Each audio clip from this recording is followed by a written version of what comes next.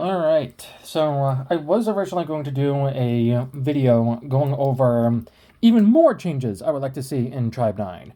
But if there's going to be a big ass question box instead, then I'm going to do that instead of putting gameplay over. So, anyway, this is a survey from Tribe 9. And I have no idea what kind of questions they're going to ask and what it all entails, so here we go. Gender, I am a dude. Age, I am between this. Player ID required. Gonna go down because I do not want to show my ID. Alright. On a scale of 1 to 10, how likely are you to recommend Tribe 9 to a friend or colleague? Honestly, it depends on if they already like Danganronpa or if they're already a fan of gacha games. On a scale of 1 to 10, how satisfied are you with Tribe 9? I'd give it a 6. Like, the gameplay is very enjoyable. The characters feel great. Granted, I'm a Simba main for now. I do main Miyu from time to time as well. But I have no desire to main literally any of the other characters because I feel like they're kind of. The story is fine. I did skip a lot of it, but only because I wanted to rush to get to the dailies as fast as possible. Yeah, pretty satisfied with it. Obviously, there needs to be some changes, but aside from that, it's good. On a scale of 1 to 10, please rate your experience of on the following aspects of Tribe 9. World setting / story. Gonna give it an 8. Combat system. Gonna give that a 7 because, again, I use Semba, and I have the most fun with Semba. Now, granted, as of me recording this, I do not yet have Inoki, and I do not yet have Q. I did get to test Q when he was a trial character during the story, but he's kind of all right. I would love to test Inoki though. I want to see how I enjoy her playstyle. Characters in what way? In terms of design, in terms of personality, in terms of gameplay kit? Because if we're talking in terms of design, I'd probably give it a 9. If we're talking in terms of gameplay kit, I'd also give it a 9 because it's very well balanced. Like, we have two-star healer characters, and Yo, who is technically a healer. And then we also have somebody who can also be a healer as well. So we have, like, there's plenty of variety. I think the only thing that's missing is there's not enough good DPS units that are 2 stars. Because I think the only one would be Gotenda, I think. So overall, I think we're going to give it a 7 on average. Graphics, that's a 9. It looks good. Sound, I'm going to give it a 9. Control / UI. I personally would love a PS4 control scheme. I know I can play with PS4 controller, but it still gives me Xbone graphics instead, and I'm not a fan of that. Like, if I have the PS4 controller plugged in, I expect to see PS4 buttons and not Xbone. But other than that, UI is also good, so I'm going to give it that an 8. Loading speed / game pace. I'd give it a 9. I play on PC. Overall game clarity. What do you mean by that? 7, I guess. What do you like about Tribe 9? Optional. How did you even find out about Tribe 9? Check all that apply. Web advertising. YouTube, I think. Gaming media, definitely. Or not interview articles. Or sites. Definitely from that. Definitely from that. From Twitter, not X. Stop calling it X.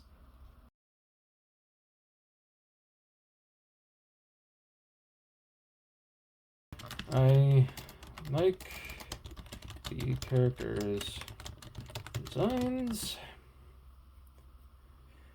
and how varied they all look. I appreciate how free to play friendly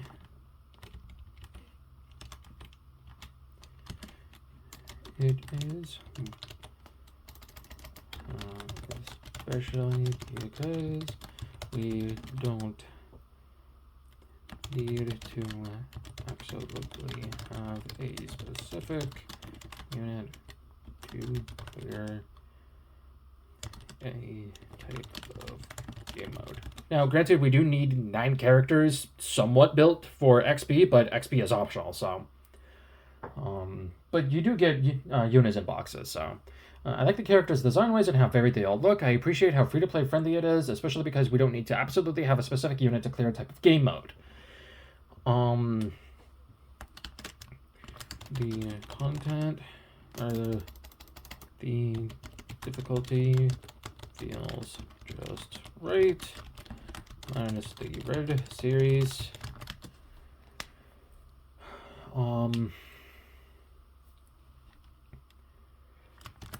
Getting 1 free pull every day is fantastic. Okay. Please tell us about any Tribe 9 release promotions you were aware of. Required. Okay, so I was aware of this.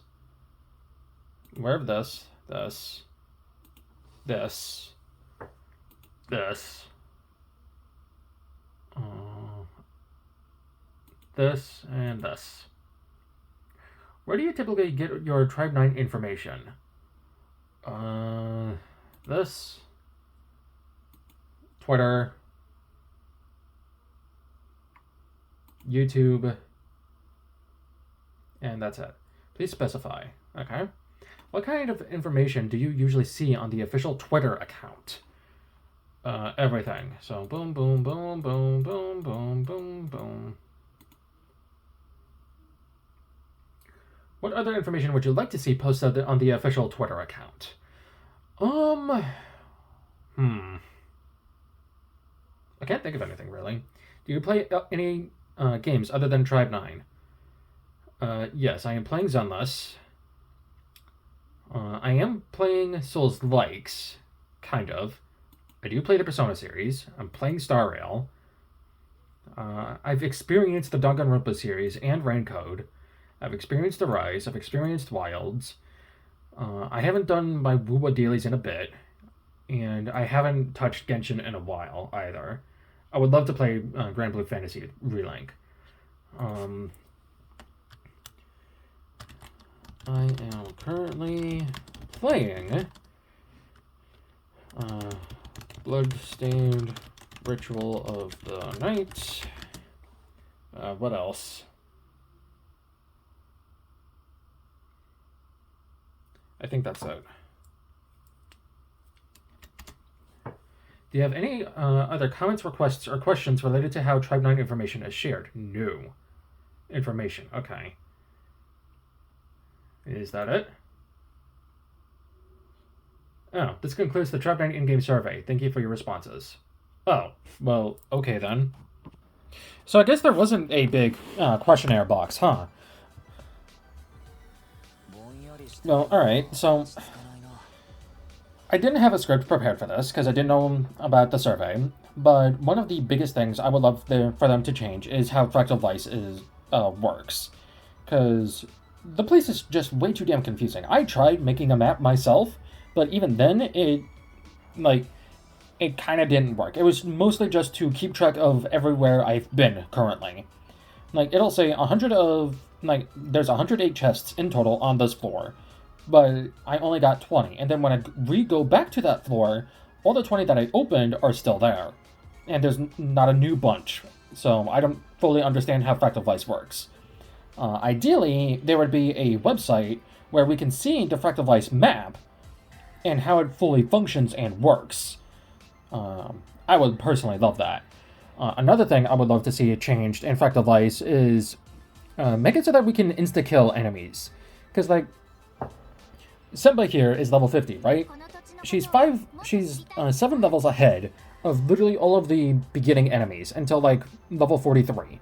Now, yes, I do have Kazuki and Yo in my party as well, and it takes the average, which, by the way, is fucking stupid. It should only take from the leading character, in my opinion.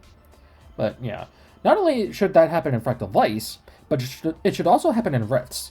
Now, supposedly, you can insta-kill enemies in Rifts, but your entire party has to be level 50 with high-level tension cards.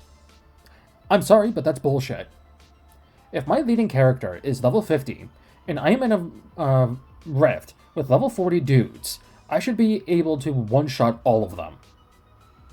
Not only that, but they shouldn't gun my ass when I come across their line of sight. They should be running away. Like, hell, I had, before Kazuki, I had Saigo in the party, and he's 46. Not 47. And even then, the enemies were still tailing my ass, and I fucking hate that. Yeah, so I would love the insta-kill mechanic to get a rework where it's leading character only, and if the character is 5 levels higher than the enemy that you're trying to fight. I think that would be fair, and that would be balanced.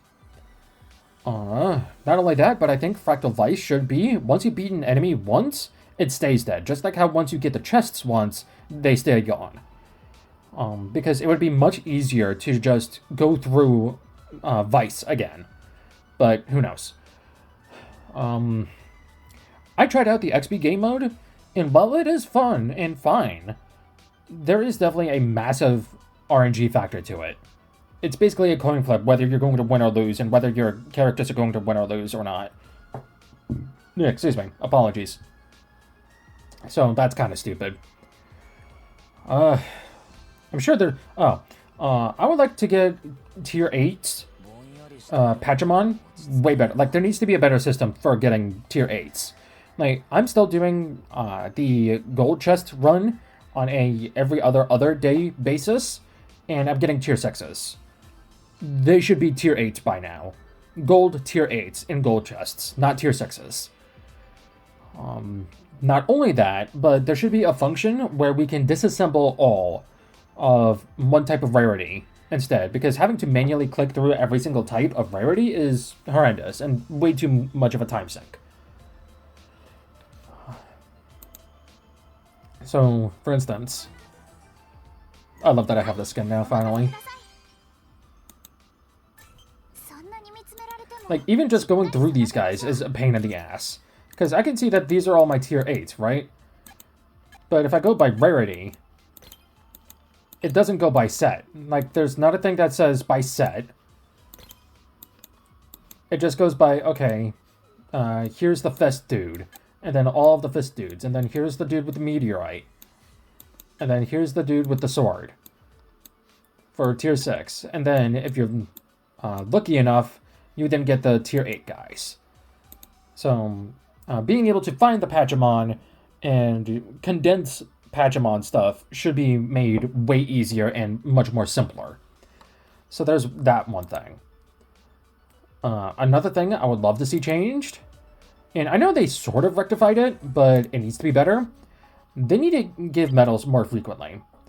Now, Star Rail, as an example, Star Rail gives a Star Rail Standard Pass once every week, I believe, when you complete Simulated Universe / Divergent. And it gives you a total of 5, I believe, for completing the free Battle Pass. So I personally think Tribe 9 needs to do something similar, where we get a medal from the free-to-play Battle Pass, and they should give us a medal, at least 2 medals every week, from clearing some form of endgame mode. Because reaching 300 is nothing short of a pipe dream at this point. Like, the only reason why I have so high 160 is because I used some of my pulls before the refund on standard. Because at the current time, I only had 10 pulls that was given for free, and then I got 66 in total, and then another 10. Or then I got my 10 back, so that was 76. And then I used a couple of 10 pulls from then and now. So I personally would love to see a system where we can, at most, every week we get 5 pulls or 5 medals. I don't actually know if we get a every day or every other day quest from both cities, but I have noticed that there is a daily quest that's a great quest that gives us 1 medal and 10 Enigma. And that's very nice. I do appreciate that.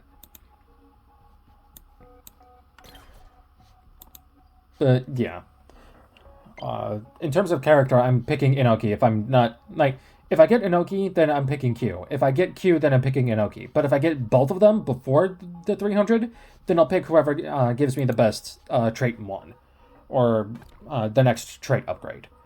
But anyway, aside from that, oh, one more thing. Rifts.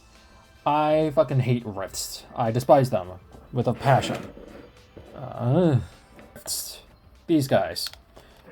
I have a problem with them. And not only just the whole not being able to clear or not being able to beat the enemies because they're level 40, I'm level 50, and my team should be able to one-shot them and not be, full 50s. No. I think they need to change how rifts work because, yes, I am level 50, but after clearing the rift, I'm only getting like 2 blue and 2 purple. And I am required to, at X level, to get like 10 gold. And that's just not possible in terms of what is current. So I think they need to change it so that the items they drop are boosted. So instead of only 2 purple and 2 blue, it's 9 blue, 3 purple, 1 gold. Or 3 gold, 9 purple, 18 blue, or something. Not only that, but they also need to make it so that we can double spend the boosters as well. Because using one booster at a time takes forever. So they need to add a system where we can double spend our boosters. But in my opinion, ideally, I would rather there be a skip function where we just spend a booster and then we get the materials. And we can spend however many boosters we want to get the amount of materials that is shown. That would be nice. I already mentioned that I would love to see a rift that gives Pachamon, a rift that gives Kane and TP. What else? The roaming dudes.